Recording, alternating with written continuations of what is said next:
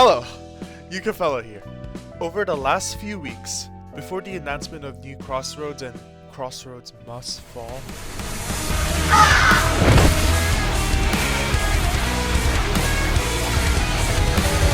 a small but major update arrived within the game. A mode that I have never, ever seen before, at least in my experience. And thank goodness, a mode better than Escort. Let's go! During a small hotfix, Bogio added NOISEMAKER. Even though it's labeled differently, but whatever, we're just gonna move on. A mode that implements a combination of both annihilate and conquer in order to stop the exponential power creep of teams dominating the losers, as well as to create new strategies and game plans. A way to give the losers a winning chance and to add chaos into the mix. But before we get to my thoughts of the new and brewing chaos, we need to know the rules to this new game mode. But before we get into diving deeper into NOISEMAKER, please make sure to like and subscribe for the channel. Really helps, even if it's just a small support. Anyways, let's get right back into the video. As of recording this video, NOISEMAKER is a game mode that only appears on specific maps. These maps include Sector 7, Train Demo Rework Layout, and Crater Dust Rework Layout. A bit odd that this mode is only played on layout maps, but getting back to the point, this game is basically heavy on Annihilate. It is focused on taking out the enemy more than the opponent, as usual, but a different anomaly is packed into this mode. Instead of the game ending at exactly 20 kills, the point cap has basically broken, has no limit, and the NOISEMAKER is now added to the mix.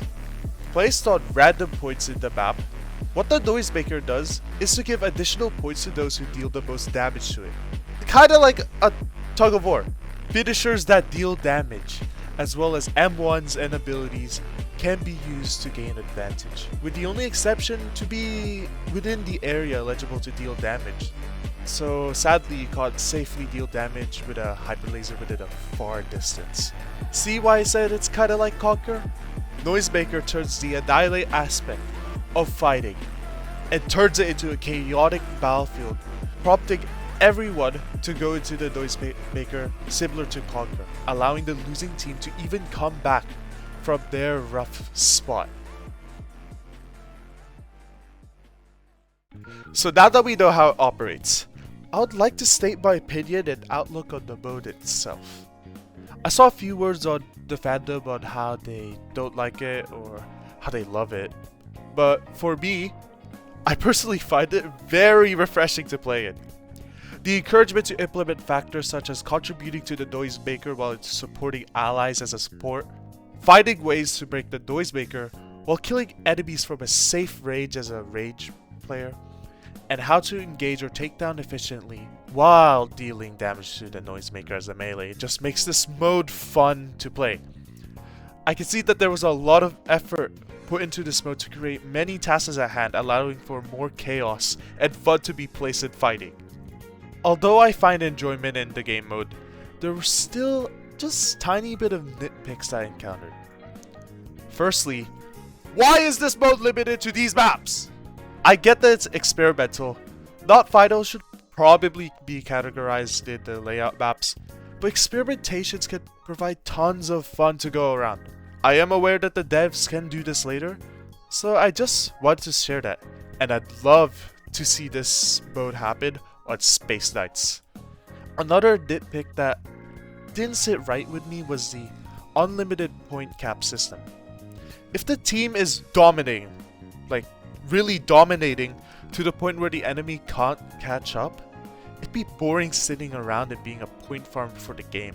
If I was in the developer's shoes, I'd probably make it to around 30 to 60 as the win condition, or whoever has the most kills by the end of the timer.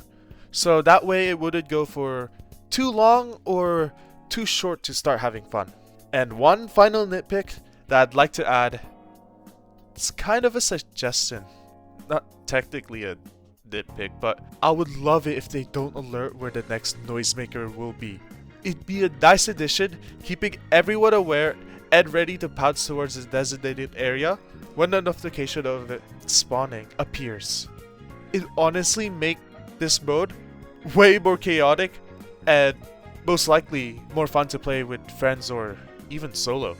But yeah, those are some of my thoughts on Noisemaker, a game that I find pretty fun, albeit its own pros and cons. Let me know what you guys think about it, such as your favorite things to do in Noisemaker, what you like about it or what you hate about it. Anyways, my name is Ukuphela, and see you on the flip side.